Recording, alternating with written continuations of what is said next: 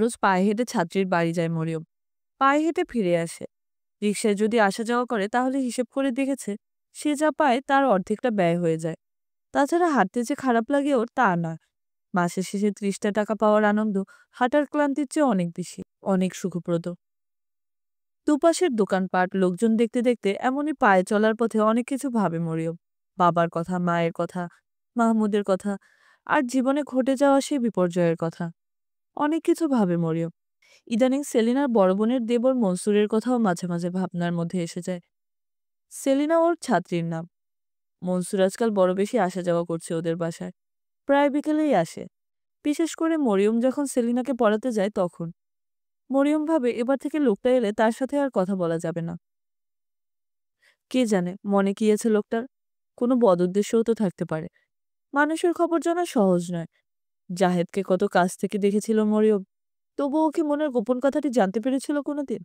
যদি এক মুহূর্ত আগেও জানতে পারত তাহলে এমন একটা বিপর্যয় ঘটতে দিত না মরিয়ম। দোরগোড়ায় পা দিতেই ভেতরে মনসুরের গলার স্বর শোনা গেল। আজ আগে থেকেই এসে বসে আছে লোকটা। ওর সামনে দিয়ে নিঃশব্দে ভেতরে চলে এলো মরিয়ম। সোজা সেলিনার ঘরে। ওর ঘরটা বড় সুন্দর করে সাজানো আর বেশ পরিপাটি। একপাশে নতুন কেনা একখানা খাটের উপর সেলিনার বিছানা। নীল রঙের একখানা বেড কভার দিয়ে ঢাকা। মাথার কাছে একটা গোল টিপয়। তার ওপর ফুলদানিতে বহু বর্ণের ফুল সাজানো। দেখে মনে হয় তাজা ফুল। আসলে কাগজের তৈরি। দেয়ালে কয়েকখানা ছবি টানানো। কোনো এক শিল্পীর আঁকা একখানা পোর্ট্রেট। এ ঘরে ছিল না সেলিনা। খবর পেয়ে এসে কপালে হাতের তালু ঠেকিয়ে বলল, আজ পড়বো না আপা, শরীরটা ভালো লাগছে না। মরিয়ম সহানুভূতির সাথে বলল, কি হয়েছে? থপ করে বিছানার উপর চিৎ করে শুয়ে পড়ে সেলিনা জবাব দিল, মাথাটা ভীষণ ধরেছে আপা। মরিয়ম জানে ওটা মিথ্যে কথা। যেদিন পড়ায় ফাঁকি দেবার ইচ্ছে থাকে সেদিনই একটা কিছু ছুতো বের করে বসে সেলিনা। কোনোদিন মাথা ব্যথা, কোনোদিন পেটে কামড়, কোনোদিন বমি বমি ভাব। মরিয়ম কাছে এসে জিজ্ঞেস করল, সত্যি তোমার মাথা ব্যথা করছে সেলিনা? সেলিনা পাশ ফিরে শুয়ে বলল, তুমি সবসময় আমায় সন্দেহ করো আপা। মরিয়ম বলল, এতদূর হেঁটে এসে না পড়িয়ে যেতে আমার খারাপ লাগে কিনা তাই। ওই যা। হঠাৎ বিছানা ছেড়ে উঠে দাঁড়ালো সেলিনা। তুমি বসো আপা, আমি এক্ষুনি আসছি। বলে দ্রুত বেরিয়ে গেল সে। খানিকক্ষণ পরে আবার ফিরে এলো। হাতে 3খানা 10 টাকার নোট। মরিয়মের হাতে নোটগুলো গুজে দিয়ে আবার বিছানায় শুয়ে পড়ল সেলিনা। সত্যি বলছি আপা, মাথাটা আজ ভীষণ ধরেছে। মরিয়ম জানে হাজার বোঝালেও ওকে আর এখন পড়াতে বসানো যাবে না। এখানে বুঝি হাসিনার সঙ্গে মিল আছে ওর। হাসিনাও এমনই ফাঁকি দেয় পড়ালেখায়। গালাগাল করেও বইয়ের সামনে বসানো যায় না। এ ঘর থেকে ও ঘরে পালিয়ে বেড়ায়, ছাদে গিয়ে বসে থাকে। বাবা বলেন, ছোটবেলায় তোমরাও অমন ছিলে। এখনো বয়স কমর, বুদ্ধি হয়নি। বুদ্ধি হলে তখন আর বকাবকি করতে হবে না, আপনা থেকেই পড়তে বসবে। মা বলেন, ওর বুঝি অল্প বয়স? আসছে মাসে 13 পেরিয়ে 14 পড়বে। ও বয়সে মরিয়মকে দেখনি? ওকে পড়তে বলতে হতো। আসলে তুমি ওকে বড় বেশি লাই দিচ্ছ। দেখবে ওর কিছু হবে না জীবনে। বাবা সবসময় হাসিনার পক্ষ নেন, মা মরিয়মের। দাঁড়িয়ে দাঁড়িয়ে সে কথাই ভাবছিল মরিয়ম। সেলেনা জিজ্ঞেস করল, কি ভাবছো আপা? না, কিছু না। হাতের নোটগুলো ব্যাগের মধ্যে রেখে দিয়ে মরিয়ম বলল, তাহলে আমি চলি সেলিনা। তোমার মাকে বলো আমি এসেছিলাম। কাল আবার দেখা হবে কেমন? সেলিনা পাশ ফিরে শুয়ে অস্পষ্ট স্বরে বলল, আচ্ছা। বারান্দায় দাঁড়িয়ে পা বাড়াতে গতি স্লথ হয়ে এলো তার। বৈঠকখানায় ছেড়ে বারান্দায় দাঁড়িয়ে মনসুর। লম্বা করণ, সরু দেহ, পরনে একটা ঢোলা পায়জামা আর গায়ে ঘিয়ে রঙের মিহি পাঞ্জাবি। পায়ের শব্দে ওর দিকে ফিরে তাকালো মনসুর। একেবারে ওর মুখোমুখি। চোখ জোড়া মাটিতে নামিয়ে নিয়ে পাশ কেটে চলে যাবে ভাবছিল মরিয়ম। এসেই ফিরে চললেন যে। চলার পথে তার গতিরোধ সৃষ্টি করল মনসুর। সেলিনা আজ পড়বে না। ছোট উত্তরটা দিয়ে চলে যাচ্ছিল মরিয়ম। মনসুর বলল, চলুন, আমিও যাব ও পথে। ওর নিজের তরফ থেকে কোনো আমন্ত্রণ না জানালেও কিছু দূর পিছু পিছু তারপর পাশাপাশি রাস্তায় নেমে এলো মনসুর। আজ প্রথম নয়, এর আগেও এ ধরনের প্রস্তাব সে পেয়েছে মনসুরের কাছ থেকে। শুধু প্রস্তাব নয়, মরিয়মকে বাসার কাছাকাছি এগিয়ে দিয়েও গেছে সে। মরিয়মের ভালো লাগেনি, বড় বিরক্তিকর মনে হয়েছে এই অনাহুত সঙ্গদান। কথাবার্তা যে খুব হয়েছে তা নয়। একদিন জিজ্ঞেস করেছিল, মরিয়ম কোথায় থাকে? আরেকদিন জানতে চেয়েছিল পরীক্ষা কেমন দিয়েছে মরিয়ম। এছাড়া এমনও দিন গেছে যেদিন সারা পথ নীরবে হেঁটেছে ওরা। বাসার কাছাকাছিতে মাথায় এসে মনসুর বলেছে, আচ্ছা, আসি এবার। আপনি তো ও পথে যাবেন, আমি এ পথে। কিছু দূর গিয়ে লোকটা রিক্সা নিয়েছে। তা ঠিকই লক্ষ্য করেছে মরিয়ম। মরিয়ম জানে বেশ টাকা পয়সা আছে লোকটার। রিক্সা কেন, ইচ্ছে করলে মোটরে চড়ে চলাফেরা করতে পারে। তবুও এ পথটা মরিয়মের সঙ্গে হেঁটে আসতো মনসুর। রাস্তায় নেমে মনে মনে নিজেকে ধিক্কার দিল মরিয়ম। কেন সে নিষেধ করলো না লোকটাকে? ইচ্ছে করলে তো মুখের উপর জবাব দিতে পারত। বলতে পারত, আপনি সঙ্গে আসেন তা আমার পছন্দ হয় না, দয়া করে আর আমার পিছু নেবেন না। ইচ্ছে করলে আরো রুড়ো গলায় আসতে নিষেধ করতে পারত মরিয়ম। তবু কেন একটা কথাও বলতে পারল না সে? পাশাপাশি আসছিল মনসুর। ইতিমধ্যে প্যাকেট থেকে একটা সিগারেট বের করে আগুন ধরিয়েছে সে। বার কয়েক তাকিয়েছে মরিয়মের দিকে। মৃদু খামছিল মরিয়ম। হঠাৎ হাত বাড়িয়ে একটা রিকশা থামালো সে। মনসুরকে কোনো কথা বলার সুযোগ না দিয়ে অনেকটা তাড়াতাড়ির সাথে রিকশায় উঠে বসলো মরিয়ম। বেশ কিছু দূর আসার পর একবার পিছনে ফিরে তাকালো সে। দেখলো এদিকে চেয়ে বোকার মতো দাঁড়িয়ে আছে মনসুর। দেখে প্রথমে হাসি পেল তার। হেসে নিয়ে এসে ভাবলো এমন ব্যবহারটা হয়তো উচিত হয়নি। লোকটি তাকে অভদ্র বলে মনে করতে পারে, কিংবা অতি দাম্ভিক। এর কোনোটাই নয় মরিয়ম। মনসুরের এই গায়ে পড়া ভাব তার ভালো লাগে না। এটাই হলো আসল কথা। কথাটা মনসুরকে ভদ্রভাবে বলে দিলেও সে পারত। তাই ভালো ছিল হয়তো। একটু আগের অবাঞ্ছিত ঘটনার জন্য মনে মনে অনুতপ্ত হলো মরিয়ম। কিন্তু পরক্ষণে আবার মনে হলো সে অন্যায় কিছু করেনি। জাহেদের সঙ্গেও অমনি রূঢ় ব্যবহার করা উচিত ছিল তার। পারিনি বলেই মরিয়মকে তার শাস্তি ভোগ করতে হয়েছে আজকে। সব পুরুষই সমান। ওরা চায় শুধু ভোগ করতে। প্রেমের কোনো মূল্যই নেই ওদের কাছে। আর এই দেহটাকে পাবার জন্য কত রকম অভিনয় না করতে পারে ওরা। গলির মাথায় রিকশাটাকে বিদায় দিয়ে দিল মরিয়ম। এ পথটাই হেঁটে যেতে হবে তাকে।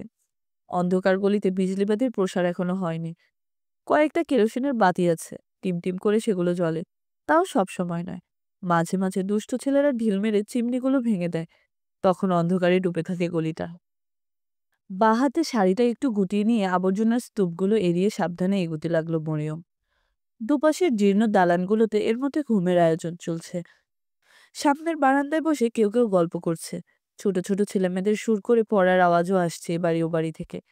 বুড়োদের সাংসারিক আলাপ আলোচনা, আদেশ উপদেশ, আশা আকাঙ্ক্ষার অভিব্যক্তিগুলো গলি বেয়ে হাঁটতে গেলে সহজেই কানে আসে। বাসার কাছাকাছি আসতে ওপাশের দোতলা বাড়ি থেকে ঝপ করে এক বালতি পানি কে যেন ঢেলে দিল মরিয়মের গায়ে। সর্বাঙ্গ ভিজে গেল। প্রথম কয়েক মুহূর্ত একেবারে হকচকিয়ে গেল মরিয়ম। মুখ তুলে উপরের দিকে তাকাতে দেখলো যে পানি ফেললো সে এইমাত্র মুখখানা সরিয়ে নিয়ে গেল তার। এমনি প্রায়ই হয়। রাস্তায় কেউ আছে কি নেই দেখে না তারা। ময়লা আবর্জনা, এমনকি বাচ্চা ছেলেমেয়েদের পায়খানাও জানালা গলিয়ে রাস্তায় ফেলে দেয়। কারো মাথায় পড়ল কিনা লক্ষ্য নেই। রাগে সমস্ত দেহ জ্বালা করে উঠল মরিয়মের। পরক্ষণে রীতিমতো কান্না পেল তার। সবে গতকাল শাড়িটা ধুয়ে পড়েছে। কে জানে কিসের পানি। ভাবতে গিয়ে সারা দেহ রিরি করে উঠল। মনে হলো সে এক্ষুনি বমি করবে। ওকে দেখে হাসিনা হট্টগোল বাঁধিয়ে দিল। এ কি আপা, ভিজে চুপসে গেছিস যে?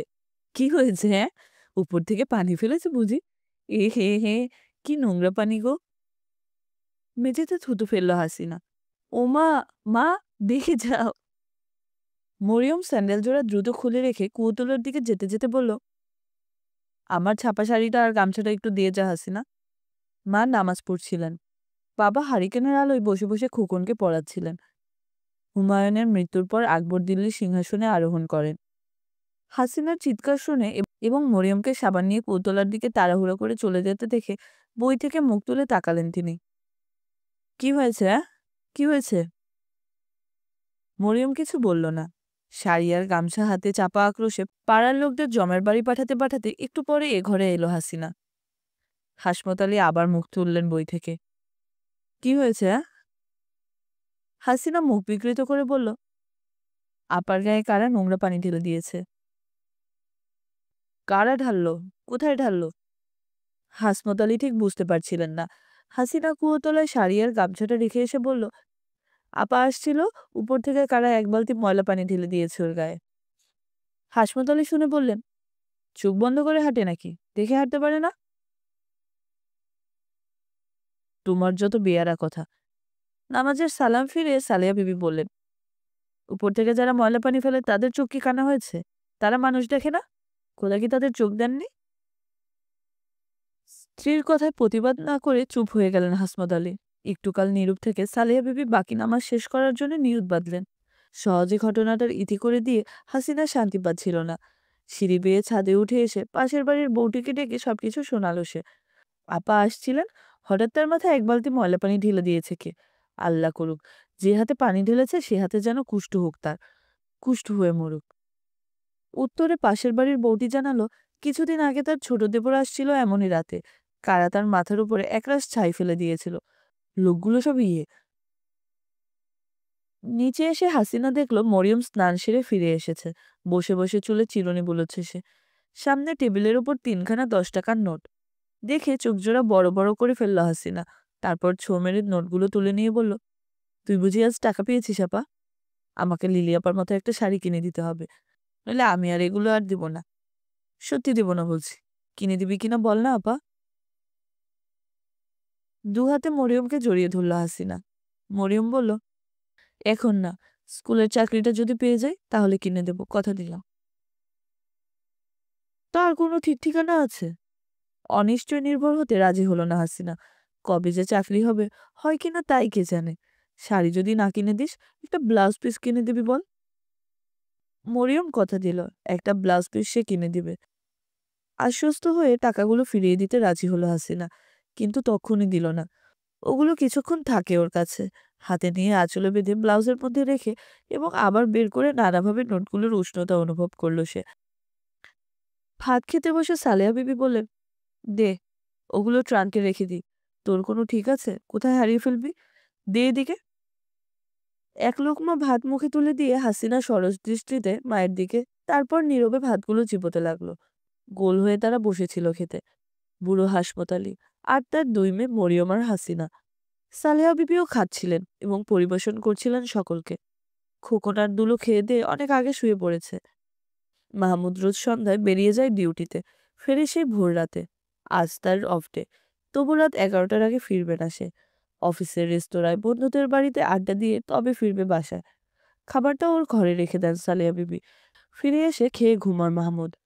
মরিয়মের পাতে 1 চামচ ঝোল পরিবেশন করে সালেহা বিবি বললেন, কাল গিয়ে একখানা শাড়ি কিনে এনো নিজের জন্য। একটা বাড়তি শাড়ি নেই। মরিয়ম কিছু বলবার আগে হাসিনা জবাব দিল, আর আমার জন্য একটা ব্লাউজ পিস। সালেহা বিবি ধমকে উঠলেন, ওসব বাজে আবদার করো না। হাসিনা সরস দৃষ্টিতে আরেকবার তাকালো মার দিকে। হাসমত আলী এতক্ষণ নীরবে ভাত খাচ্ছিলেন। সামনের দুটো দাঁত পড়ে গেছে বহু আগে। উপর পাটির দাঁতগুলো বড় নড়বড়ে, যে কোনো মুহূর্তে পড়ে যেতে পারে। তাই সতর্কতার সাথে ভাত খান খুব আস্তে আস্তে। দাঁতের ফাঁকে আটকে যাওয়া একটা সরু কাটা আঙুল দিয়ে বের করে নিয়ে হাসমত আলী বললেন, তোমার স্কুলের চাকরিটার কি হলো? কথাটা মরিয়মকে উদ্দেশ্য করে। মুখের কাছে তুলে আনা ভাতের গ্লাসটা থালার উপর নামিয়ে রেখে বাবার দিকে তাকালো মরিয়ম। বাবার প্রশ্নটা যেন ঠিক বুঝতে পারেনি সে। ওকে চুপ থাকতে দেখে হাসিনা বলল, তোর স্কুলের চাকরিটার কি হলো জিজ্ঞেস করছেন বাবা? এতক্ষণ কি ভাবছিলি আপা? মরিয়ম অপ্রতিভ গলায় জবাব দিল, 3-4 দিনের মধ্যে জানা যাবে, বলে ভাতের থালায় মুখ নামালো সে। এতক্ষণ সেই অবাঞ্ছিত ঘটনাটির কথা ভাবছিল মরিয়ম। সত্যি, মনসুরের সঙ্গে অমন বিশ্রী ব্যবহার না করলেই ভালো হতো। কে জানে, লোকটার হয়তো কোনো অসৎ উদ্দেশ্য ছিল না। মরিয়ম মিছামিছি সন্দেহ করছে তাকে। নিজের অশোভনতার জন্য মনে মনে লজ্জিত হলো সে। খাওয়া হলে পরে রোজ এঁটো থালা বাসনগুলো ধুয়ে মুছে গুছিয়ে রাখার কাজে মাকে সহায়তা করে মরিয়ম। সালেহা বিবি মেয়ে ভাগ্যে সুখ অনুভব করলেও মাঝে মাঝে বাধা দেন। বলেন, থাক না, ওগুলো আমিই করব, তুই ঘরে যা। মরিয়ম বলে, তুমি সারাদিন খাটো মা, তুমি যাও, এগুলো আমি গুছিয়ে রাখবো। আনন্দে মুখখানা উজ্জ্বল হয়ে ওঠে সালেহা বিবির। মেয়ে তার দুঃখ কষ্ট বোঝে, তার শ্রমের স্বীকৃতি দেয়, এতেই তার আনন্দ। তারা সুখী হোক, মা বাবাকে সন্তুষ্ট রাখুক, এই শুধু চান তিনি, আর বেশি কিছু নয়। খেয়ে দিয়ে এসে বিছানায় গা এলিয়ে দিয়েছিল মরিয়ম। হাসিনা বসে বসে পড়ছিল নিচে মাদুর পেতে। বুকের নিচে একটা বালিশ রেখে উপর হয়ে শুয়ে পড়ে সে। পড়ার ফাঁকে মাঝে মাঝে একটু ঘুমিয়ে নেয়, জেগে আবার পড়ে, আবার ঘুমায়। এ তার অভ্যেসে দাঁড়িয়ে গেছে। এজন্যে প্রায় ওকে ধমকায় মরিয়ম। আজও ধমকালো। ও কি হচ্ছে? উঠে সিধে হয়ে বসে পড়। শুয়ে শুয়ে পড়তে নেই কদিন বলেছি তোমায়? বই থেকে মুখ না তুলেই হাসিনা জবাব দিল, আমার যেভাবে ভালো লাগবে সেভাবে পড়বো, তোমার তাতে কি? মরিয়ম বলল, এভাবে পড়লে বুকে ব্যথা করবে। করুক, তাতে তোমার কি? বইটা বন্ধ করে রেখে একটু ঘুমিয়ে নেবার জন্য বালিশে মাথা রাখলো হাসিনা। মরিয়ম কি যেন বলতে যাচ্ছিল। দুয়ারে কড়া নাড়ার শব্দ হতে কথাটা আর বলল না সে। উঠে গিয়েই দরজাটা খুলে দিল। মাহমুদ এসেছে বাইরে থেকে, বগলে কতগুলো বই, হাতে একটা কাগজের মোড়ক। মোড়কটা ওর হাতে তুলে দিয়ে মাহমুদ বলল, নাও, এটা তোমাদের জন্য এনেছে। মরিয়ম সকৌতুকে তাকিয়ে বলল, এর মধ্যে কি? কি তা আলোতে নিয়ে গিয়ে দেখতে পাচ্ছ না? বিরক্ত গলায় জবাব দিল মাহমুদ। যাও, একটা বাতি নিয়ে এসো চটপট করে। ও ঘর থেকে সব শুনতে পেয়ে বাতি হাতে দৌড়ে এলো হাসিনা। কি এনেছে রে আপা, দেখি দেখি। দাঁড়াও, দেখবে। আমার আধেক হলে পনা করো না, এসব ভালো লাগে না আমার। নিজের ঘরে এসে বইগুলো মেঝেতে নামিয়ে রাখলো মাহমুদ। তার ঘরে কোনো আসবাবপত্র নেই, একটা কাপড় রাখার আলনাও নয়। মেঝেতে পাশাপাশি তিনটে মোটা মাদুর বিছানো, একটাতে তার স্তূপীকৃত খবরের কাগজ তায়ে তায়ে রাখা, বাকি তিনটাতে শুধু বই। মাঝখানে ওর শোবার বিছানা। বিছানা বলতে একটা শতরঞ্চি, একটা চাদর আর একটা বালিশ। মরিয়মের হাত থেকে মোড়কটা নিয়ে ওদের বসতে বলল মাহমুদ। নিজেও বসলো। তারপর আস্তে করে বলল, এর ভিতরে কি আছে তা দেখবার আগে তোমাদের কিছু বলতে চাই আমি। হাসিনা ফিক করে হেসে দিয়ে বলল, বলো। মরিয়ম গম্ভীর। মাহমুদ ওদের দুজনের দিকে ক্ষণকাল স্থির চোখে তাকিয়ে থেকে বলল, দুর্ঘটনাবশত হোক আর যেমন করে হোক, তোমরা আমার বোন, তাই নয় কি? হাসিনা আঁচলে মুখ টিপে বলল, হ্যাঁ। মরিয়ম কিছু বলল না, নীরবে মাথা নাড়ল। মাহমুদ আবার বলল, তোমাদের প্রতি আমার একটা বিশেষ দায়িত্ব আছে, তা বিশ্বাস করো? দুজনে ঘাড় নোয়ালো ওরা। হ্যাঁ। মোড়ক খুলতে খুলতে মাহমুদ বলল, তোমাদের জন্য কিছু চুলের ফিতা আর মাথার কাটা এনেছি আমি, দেখো পছন্দ হয় কিনা। ফিতা জোড়া মাহমুদের হাত থেকে ছো মেরে তুলে নিয়ে খুশিতে উজ্জ্বল হয়ে উঠে হাসিনা বলল, কি সুন্দর। নাচতে নাচতে মাকে দেখাবার জন্য নিয়ে গেল সে। মরিয়ম উঠল। মাহমুদ বলল, বসো, তোমার সঙ্গে কথা আছে আমার। মরিয়ম বলল, তুমি ভাত খাবে না? না, এক বন্ধুর বাসা থেকে খেয়ে এসেছি আমি। মাথা নেড়ে ওকে নিষেধ করল মাহমুদ। বলল, তোমার সঙ্গে যে মেয়েটি আজ এসেছিল, সে কি জানতে পারি কি? অবশ্য তোমার যদি আপত্তি না থাকে। মরিয়ম বলল, ওর নাম লিলি, আমার সঙ্গে পড়তো কলেজে। মাহমুদ বলল, থাক, তার নাম আমি জানতে চাইনি। জানতে চেয়েছিলাম ওর সঙ্গে তোমার সম্পর্কটা কি। জেনে খুশি হলাম। সহসা দুজনে ওরা নীরব হয়ে গেল। পাশের ঘর থেকে মা বাবা আর হাসিনার গলার আওয়াজ শোনা যাচ্ছে। মৌন ভেঙে মাহমুদ বলল, তুমি কি করবে ঠিক করেছ? মরিয়ম বলল, এখনো কিছু ঠিক করিনি, দেখি স্কুলের চাকরিটার কি হয়। মাহমুদ বলল, তোমার বান্ধবী লিলি না কি নাম বললে, সে কি করে শুনি? মরিয়ম দাদার দিকে তাকিয়ে জবাব দিল, সেও একটা চাকরির খুঁজে আছে।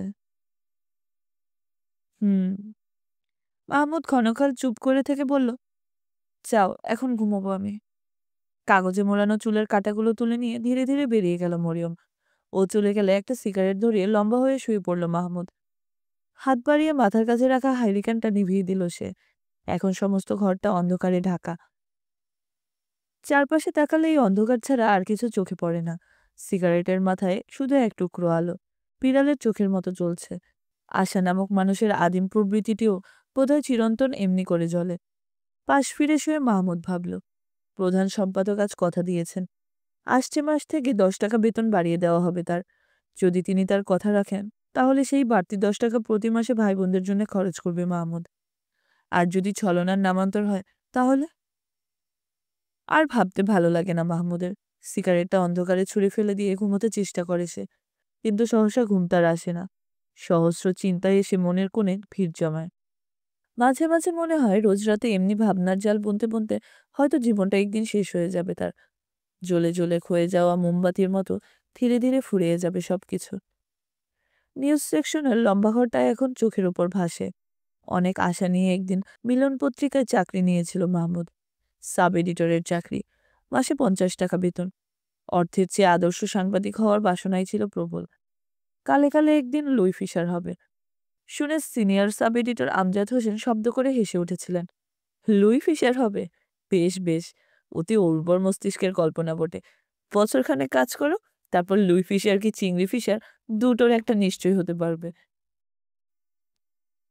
বুড়োটার ওপর রোগে চোখ মুখ লাল হয়ে গিয়েছিল মাহমুদের। গালাগাল দিতে ইচ্ছে করছিল তাকে।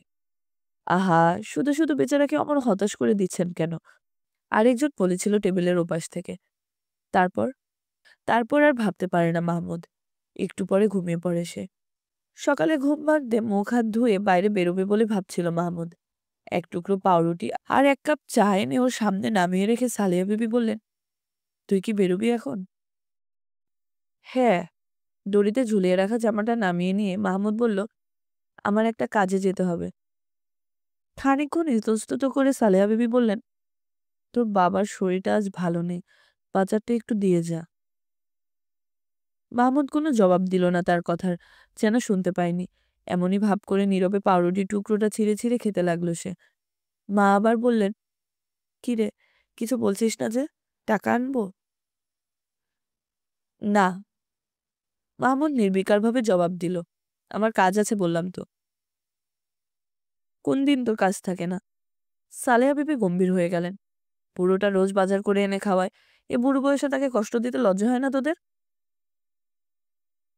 রুটির টুকরোটা পিরিচের উপর নামিয়ে রেখে মাহমুদ বলল, আর আমি আহ্লাদে ঘুরে বেড়াই তাই না মা? রাতের পর রাত যে আমার তোমাদের জন্য জেগে কাজ করতে হয় তার কোনো মূল্য নেই না? চায়ের পেয়ালাটা সামনে থেকে সরিয়ে নিল মাহমুদ। রুটির পিরিচটাও ঠেলে দিয়ে উঠে দাঁড়ালো সে। রাগে চোখ মুখ লাল হয়ে গেল সালেহা বিবির। উষ্ণ গলায় তিনি জবাব দিলেন, তুই সারা রাত জেগে কাজ করিস আর বুড়োটা কি বসে খায়? সারা জীবন হাড় ভাঙা খাটুনি খেটে রোজগার করে এনে খাইয়েছেন। হয়েছে, এবার থামো তুমি মা। জামাটা গায়ে দিতে দিতে জবাব দিল মাহমুদ। ও কথা শুনতে শুনতে কান ঝালাপালা হয়ে গেছে, তবু রোজ একবার করে শোনাবে তুমি। ও কি, চাটা কি অপরাধ করলো? খেয়ে নে না ওটা।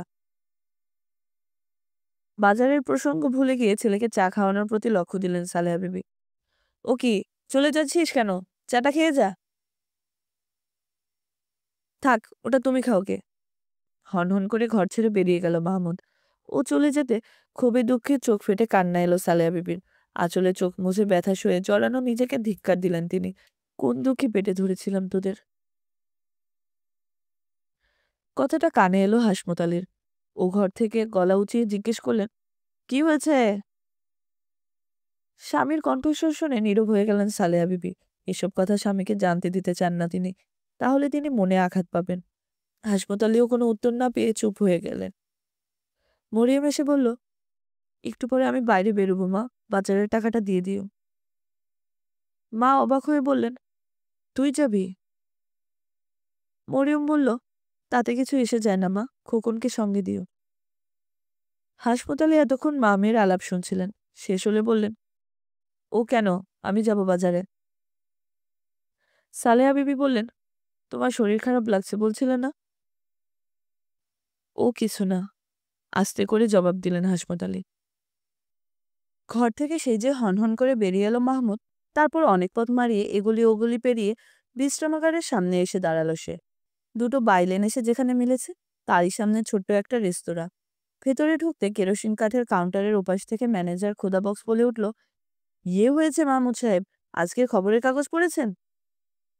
কোণের টেবিলে 3টি ছেলে গোল হয়ে বসেছিল। তাদের দিকে এগিয়ে যেতে যেতে মাহমুদ জবাব দিল, না, আজকের কাগজ তো আমি পড়িনি। ওর গলার স্বরটা রুক্ষ। খোদাবক্স বুঝতে পারল আজ মেজাজটা ভালো নেই ওর, তাই গলাটা আরো একটু মোলায়েম করে বলল, একটা ভালো চাকরির বিজ্ঞাপন বেরিয়েছে আজ। মাহমুদ কিছু বলবার আগে বাকি 3জন একসঙ্গে বলে উঠল, তাই নাকি, দেখি দেখি পত্রিকাটা। কোলের ওপর থেকে পত্রিকাটা নিয়ে ওদের দিকে ছুড়ে দিল খোদাবক্স। তার খদ্দেরদের বেকারত্ব খুঁজুক, তারা ভালো চাকরি পাক, এটা সে আন্তরিকভাবে কামনা করে। অবশ্য ভালো চাকরি পেলে তারা হয়তো এ রেস্তোরাঁয় আর আসবে না, অভিজাত রেস্তোরাঁয় গিয়ে খাবে। এদিক থেকে ওদের হারাবার ভয়ও আছে খোদাবক্সের, কিন্তু বাকি টাকাগুলো ওদের কাছ থেকে পাওয়া যাবে, এই তার সান্ত্বনা। তাছাড়া ভালো একটা চাকরি পেলেই যে ওরা তাকে ত্যাগ করবে সেটা ভাবাও ভুল। হাজার হোক, চক্ষু লজ্জা বলে একটা প্রবৃত্তি আছে মানুষের। দুর্দিনে ওদের বাকিতে খাইয়েছে ক্ষুধা বক্স। সে কথা কি এত সহজে ভুলে যাবে ওরা? অবশ্য না ছেড়ে যাবার আরেকটা কারণ আছে। সেটা হলো শখানেক হাত দূরের মেয়ে স্কুলের ওই লাল দালানটা। ওখানকার সব খবরই রাখে খোদা বক্স। কোন মেয়েটি বিবাহিতা আর কোনটি কুমারী, কোন মেয়েটির বাবা বড় চাকুরে আর কোনটির বাবা কেরানি, সব খবর রাখে খোদা বক্স। উৎসাহী খদ্দেরদের পরিবেশন করে সে, তাদের অতৃপ্ত আত্মাকে তৃপ্ত করে। পত্রিকাটি মাটিতে পড়ে গিয়েছিল। তুলে নিয়ে টেবিলের ওপর বিছিয়ে চারজন একসঙ্গে ঝুঁকে পড়ল ওরা। একটা প্রাইভেট ফার্মে পার্সোনাল অ্যাসিস্ট্যান্টের চাকরি, মাসে 150 টাকা বেতন। খোদাবক্সের কাছ থেকে কাগজ কলম নিয়ে নাম ঠিকানা টুকে নিল মাহমুদ। খোদাবক্স একগাল হেসে বলল, কেমন, বলিনি খুব ভালো চাকরি? মাহমুদ বলল, হবে না, শুধু কাগজ খালি খরচ করা। রফিক বলল, তবু দেখা যাক না একবার কপাল ঢুকে। নঈম বড় রোগাটে, চেহারাখানাও তার বড় ভালো নয়। বলল, আমার মুখ দেখেই বেটারা বিদায় দেবে। খোদাবক্স বলল, সব খোদার ইচ্ছে, চারজন একসঙ্গে চেষ্টা করে দেখুন না, একজনের হয়েও যেতে পারে। 1 কাপ চায়ের অর্ডার দিয়ে মাহমুদ চুপচাপ পত্রিকার পাতা উল্টাতে লাগলো। চা খাওয়ার পরে অনেকক্ষণ এখানে বসে থাকবে সে, এটা সেটা নিয়ে তর্ক করবে, আর মাঝে মাঝে একটু অন্যমনস্ক হয়ে ভাববে আশা নামক প্রবৃত্তিটি কত দুর্দমনীয়। পুরো একটা বছর মিলন পত্রিকাটির চাকরি করার পর আশার ক্ষীণ অস্তিত্ব লোপ পাওয়া উচিত ছিল। তবুও এখনো যে কেমন করে তার রেশ জেগে আছে মনে, ভেবে বিস্মিত হয় মাহমুদ। লুই ফিশার হওয়ার কল্পনায় যে একদিন বিভোর ছিল, সে আজ আর তেমনি স্বপ্ন দেখতে পারে না। প্রাত্যহিক ঘটনার অভিজ্ঞতায় স্বপ্নগুলো ভেঙে খান খান হয়ে গেছে তার। একদিনের কথা মনে পড়ে। সেদিন রাতে ডিউটি ছিল তার। নিউজ সেকশনের লম্বা টেবিলটার সকলে কর্মব্যস্ত। এ সময় সবচেয়ে গুরুত্বপূর্ণ খবরগুলো পৌঁছয় এসে, তাই কাজের ভিড় বেড়ে যায়। হাতের কাছে একটা ছোট্ট সংবাদ নিয়ে নাড়াচাড়া করছিল মাহমুদ। 25 বছরের একজন শিক্ষিত যুবক বেকারত্বের অভিশাপ থেকে মুক্তি পাওয়ার জন্য গলায় দড়ি দিয়ে আত্মহত্যা করেছে। খবরটা কি ছাপতে দেব? নিউজ এডিটরের দিকে গলা বাড়িয়ে জিজ্ঞেস করল মাহমুদ। কাগজটা হাতে নিয়ে খবরটা পড়লেন নিউজ এডিটর। তারপর আস্তে ওটা টেবিলের উপর নামিয়ে রেখে বলল, বাদ দিন, স্পেস নেই। কেন? স্পেস তো অনেক আছে। কথাটা হঠাৎ বলে ফেলল মাহমুদ। সরস দৃষ্টিতে কিছুক্ষণ ওর দিকে তাকিয়ে থেকে নিউজ এডিটর গম্ভীর গলায় বললেন, স্পেস আছে কি নেই সেটা আপনার জানার কথা নয়।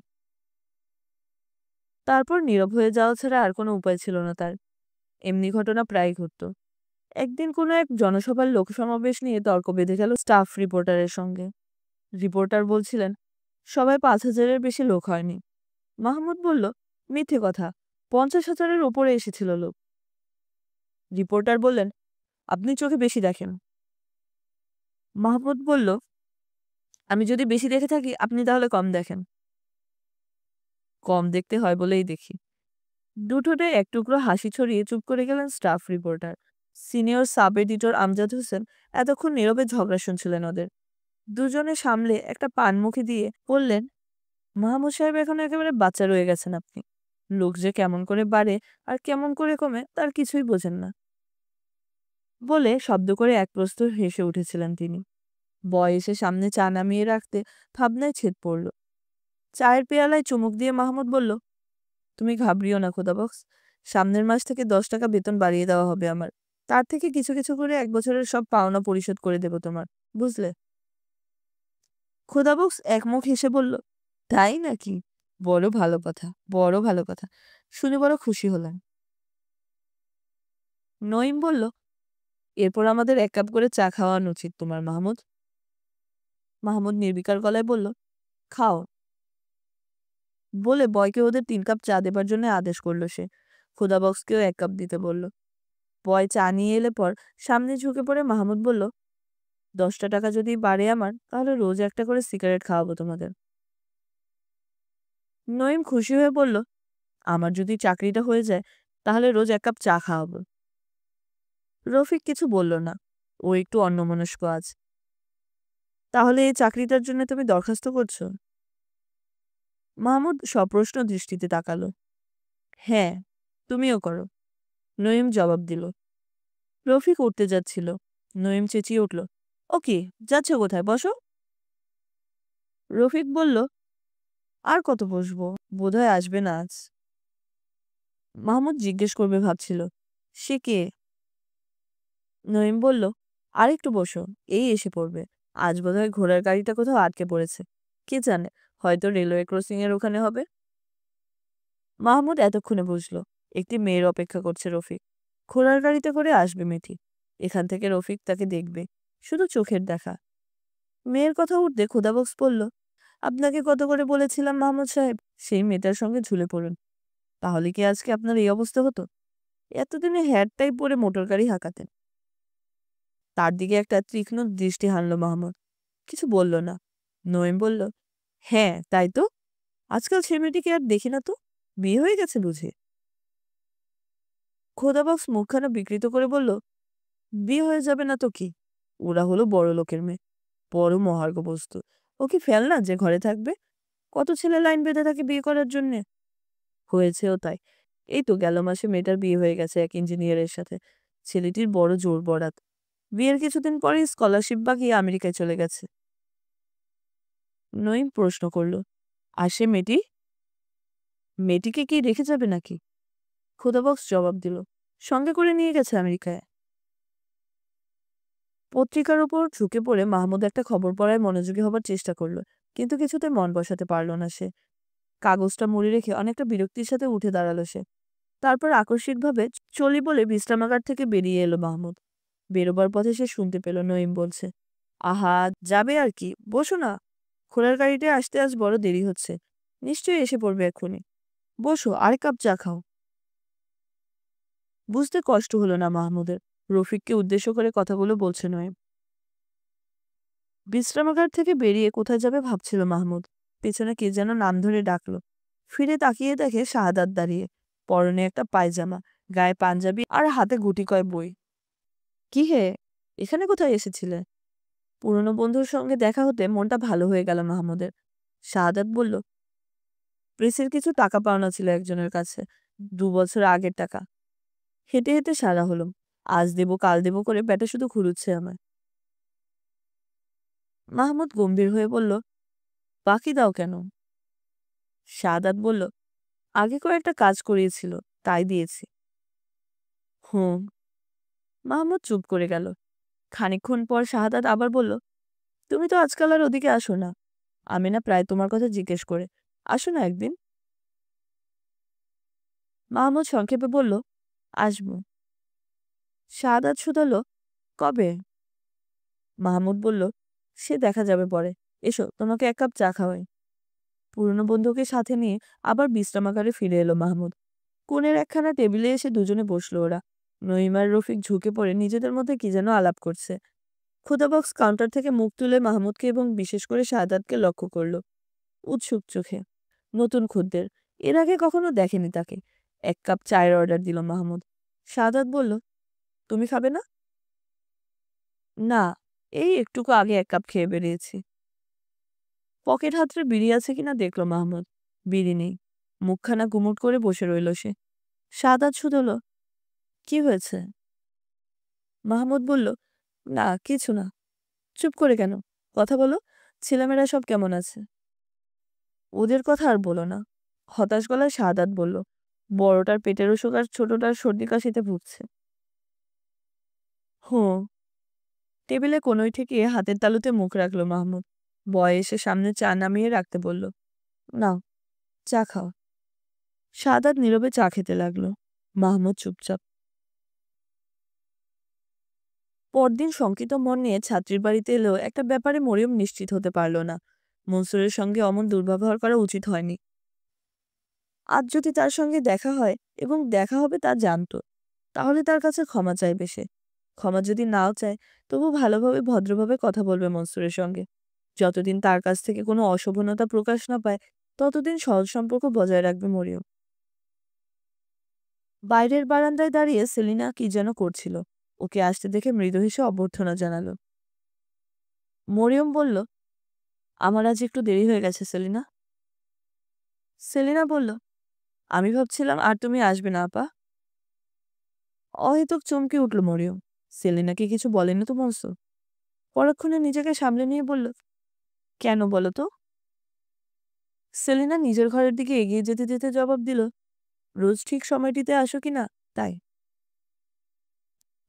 ওর কথায় অনেকটা আশ্বস্ত হলো মরিয়ম। কিন্তু মনসুরকে আজ না দেখে কিছুক্ষণের মধ্যে আবার একটা অস্বস্তি জেগে উঠল ভেতরে। পড়াতে বসে বারবার অন্যমনস্ক হয়ে পড়ল মরিয়ম। বাইরের ঘরে কোনো গলার আওয়াজ পেলেই কান খাড়া করে শুনতে চেষ্টা করলো কার গলা। আর যখন বুঝলো এ মনসুরের নয়, তখন হতাশ হলো সে। সেলিনা পড়ার ফাঁকে হঠাৎ করে জিজ্ঞেস করলো, তোমার কি শরীরটা আজ ভালো নেই আপা? মুখখানা ফ্যাকাশে হয়ে গেল মরিয়মের। ইতস্তত করে বলল, কই না তো। কেন, আমায় দেখে কি অসুখ মনে হচ্ছে? সেলিনা বলল, হ্যাঁ। না, আমার কিছু হয়নি, তুমি পড়ো। ছাত্রীকে বইয়ের প্রতি মনোযোগী হতে আদেশ করলো মরিয়ম। তারপর সে ভাবল, না, এসবের কোনো অর্থ হয় না। যা ঘটে গেছে তার জন্য অনুতাপ কেন করবে মরিয়ম? অন্যায় সে কিছু করেনি। লোকটার যে কোনো অসৎ উদ্দেশ্য নেই তার নিশ্চয়তা আছে। উদ্দেশ্য মহৎ হওয়ারও কোনো কারণ খুঁজে পেল না সে। যেভাবে রোজ রোজ পিছু নেয়, তাতে তার স্বভাব চরিত্র সম্পর্কে সন্দেহ জাগাটা স্বাভাবিক। কিন্তু লোকটাকে নিয়ে এত মাথা ঘামাতেই বা শুরু করেছে কেন মরিয়ম?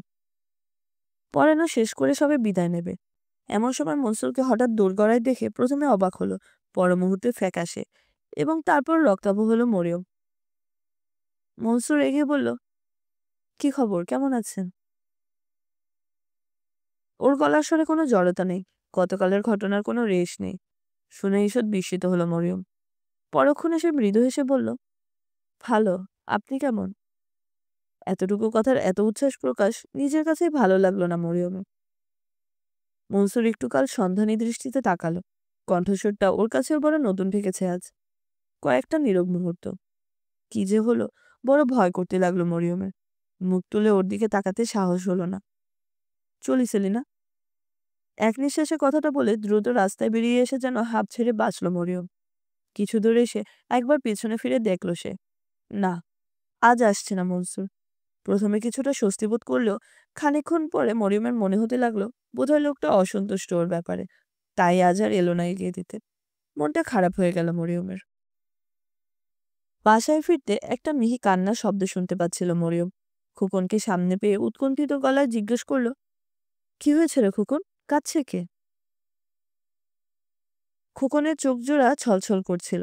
ভাঙা ভাঙা গলায় সে বলল, ছোট আপাকে বাবা মেরেছে।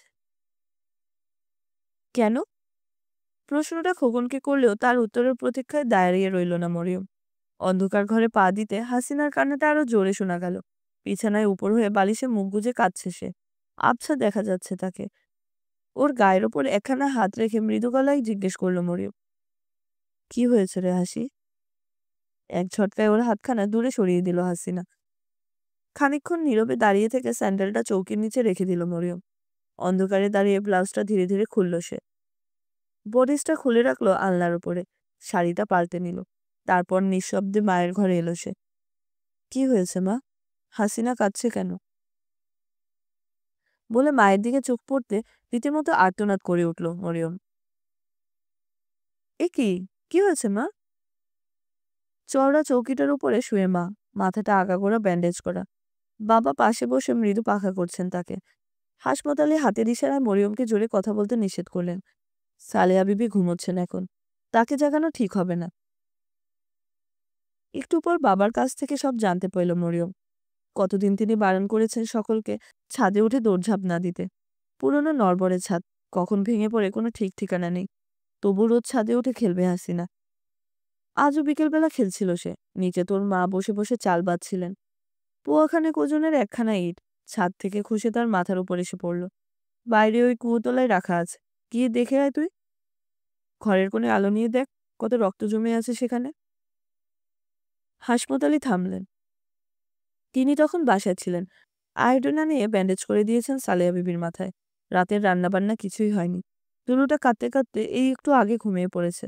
খোকনটারও খিদে পেয়েছে নিশ্চয়, যদিও মুখ ফুটে সে কিছু বলেনি এখনো। হেরিকেনের মৃদু আলোতে বসে বসে পড়ছে সে। মাঝে মাঝে উসখুস করছে, চোখ তুলে তাকাচ্ছে ওদের দিকে। হেরিকেনের আগুনে কুপিটা ধরিয়ে নিয়ে পাকঘরে চলে গেল মরিয়ম। হাসিনার কান্নাটা এখান থেকে শোনা যাচ্ছে। রাগের মাথায় ভীষণ মেরেছেন তাকে বাবা। একটা তরকারি আর দুটো ভাত সিদ্ধ করে নামাতে বেশ রাত হয়ে গেল। ঘুম থেকে তুলে দুলুকে নিজ হাতে খাইয়ে দিল মরিয়ম। খোকনকে খাওয়ালো। তারপর সবার জন্য ভাত সাজিয়ে হাসিনাকে ডাকতে এসে মরিয়ম দেখল কাঁদতে কাঁদতে ঘুমিয়ে পড়েছে হাসিনা। প্রথমে দূর থেকে ডাকলো মরিয়ম, তারপর ওর গায়ে হাত রেখে জোরে নাড়া দিয়ে বলল, হাসি ওঠ, ভাত খাবি ওঠ, বাবা বসে আছেন তোর জন্য। বড় ক্লান্তি লাগছিল ওর, হাত ধরে টেনে বলল, কই রে ওঠ। হাসিনা নড়ে চড়ে আবার চুপ করে রইল। হাসিনা, ভাত খাবি ওঠ। আমি খাবো না, হাসিনা জবাব দিল। তোমরা খাও গে যাও। ওঠ, মিছামিছি রাগ করেন না, নরম গলায় বলল মরিয়ম। তারপর দুহাতে ওকে বিছানা থেকে তোলার চেষ্টা করলো সে।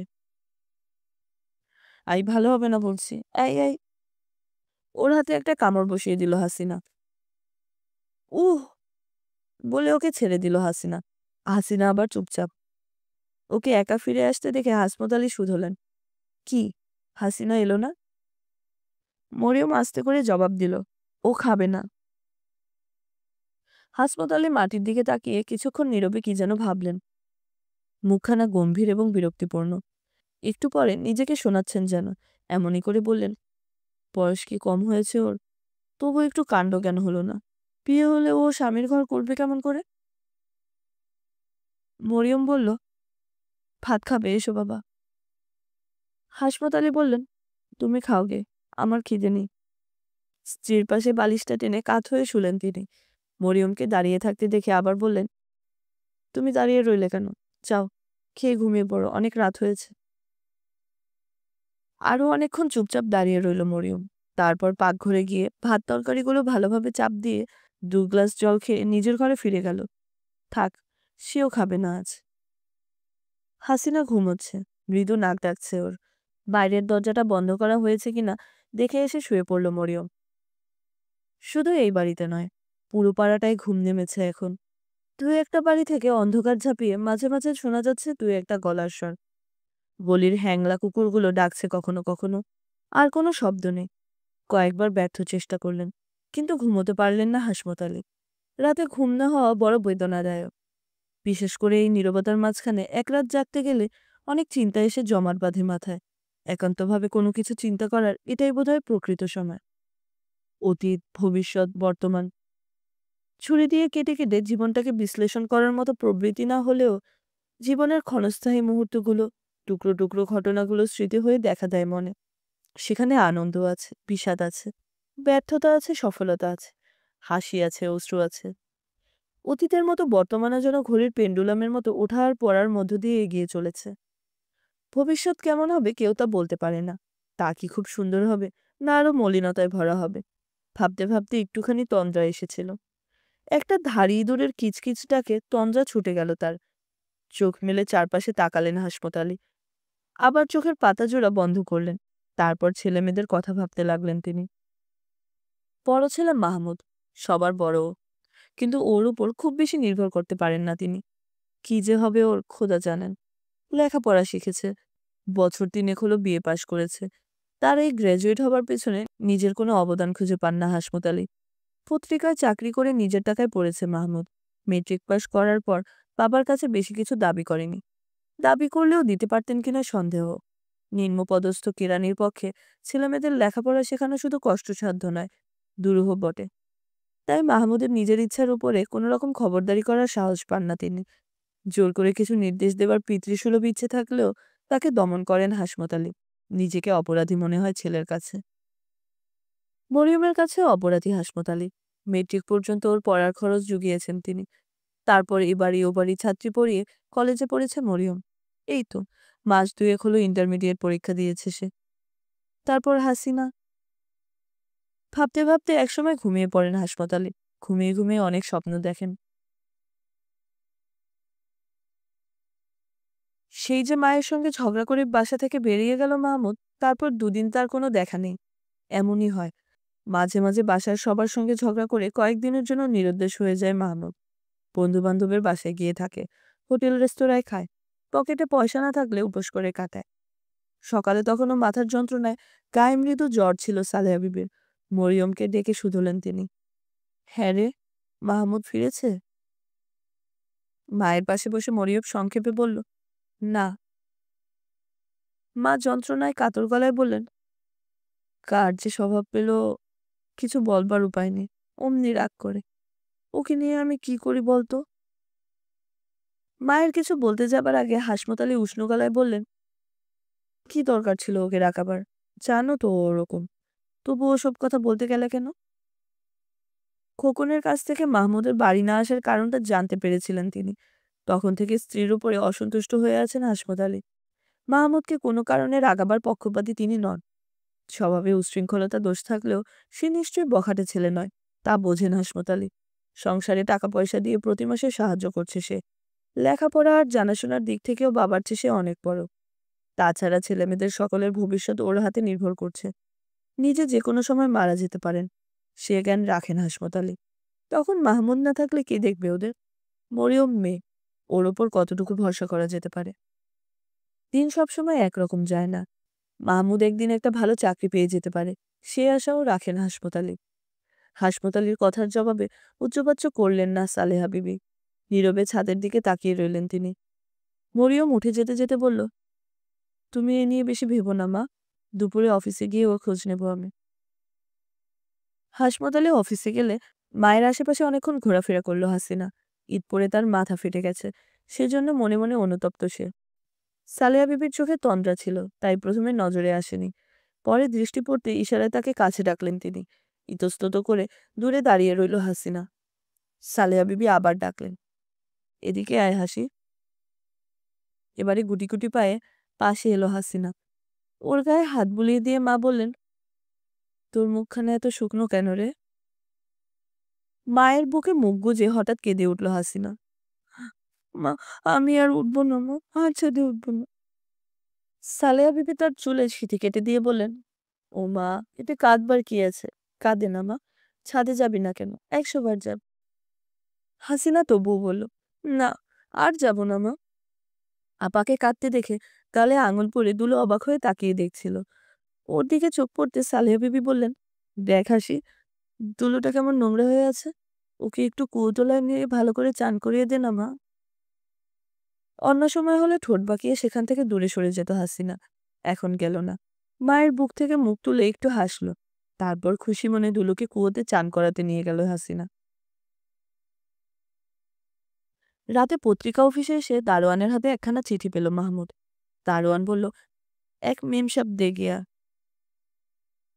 চিঠিখানা খুলে পড়ল সে। মরিয়ম লিখেছে, ভাইয়া, আজ 2 দিন তুমি বাসায় এলে না। মার ভীষণ অসুখ, বারবার তোমার কথা জিজ্ঞেস করছেন। মাকে এভাবে কেন কষ্ট দিচ্ছ তুমি? আশা করি আজ নিশ্চয়ই বাসায় ফিরবে। নিচে নিজের নাম সই করেছে। চিঠিটা পড়ে টুকরো করে ছিঁড়ে ফেলল মাহমুদ। মা ভীষণ অসুস্থ, ইয়ার্কির আর জায়গা পায়নি। মনে মনে বলল মাহমুদ, এ শুধু ওকে বাসায় ফিরিয়ে নেবার চক্রান্ত ছাড়া আর কিছু নয়। এভাবে একটা মিথ্যা কথার আশ্রয় না নিয়ে তাকে সরাসরি বাসায় যাবার জন্য লিখলেই তো পারত মরিয়ম। মাহমুদ ভাবল, রাতে বাসায় ফিরে মরিয়মকে এক প্রস্থ গালাগাল দিতে হবে। সিঁড়ি বেয়ে উঠে এলে সামনে এক ফালি সরু বারান্দা। ডান হাতে ম্যানেজারের দপ্তর, বাঁ হাতে নিউজ সেকশনের লম্বা ঘর। টেবিলের ওপর কাগজের স্তূপ, আলপিনের বাক্স, শূন্য চায়ের পেয়ালা, পেপার কাটার আর দোয়াত কলম। একখানা চেয়ার টেনে নিয়ে বসল মাহমুদ। প্রথম প্রথম এ ঘরটিতে এসে ঢুকতে আশ্চর্য রোমাঞ্চ অনুভব করত সে। এখন কোনো অনুভূতিই জাগে না, বরঞ্চ বৃতৃষ্ণায় ভরে ওঠে মন। সাংবাদিক হিসেবে নিজের পরিচয় দিতে আজ সে লজ্জাবোধ করে। সে তো সাংবাদিক নয়, মালিকের হাতের একটি যন্ত্রবিশেষ। কর্তার ইচ্ছে মতো সংবাদ তৈরি করতে হয় তাকে, তারই ইচ্ছে মতো বিকৃত খবর পরিবেশন করতে হয়। মাঝে মাঝে বিক্ষুব্ধ হয়ে ওঠে মন। তখন সে ভাবে, যদি তার টাকা থাকতো তাহলে নিজে একখানা পত্রিকা বের করত মাহমুদ। সুস্থ সাংবাদিকতা হতো যার আদর্শ। কিন্তু এসব উদ্ভট কল্পনা, বিলাস ছাড়া আর কিছু নয়। প্রত্যহ প্রয়োজন মেটানোর সামর্থ্য যার নেই, সে স্বপ্ন দেখে দৈনিক পত্রিকা বের করবার। দূরতর আদর্শ। পিনের বাক্সটা একপাশে ঠেলে রেখে কলমটা হাতে তুলে নিল মাহমুদ।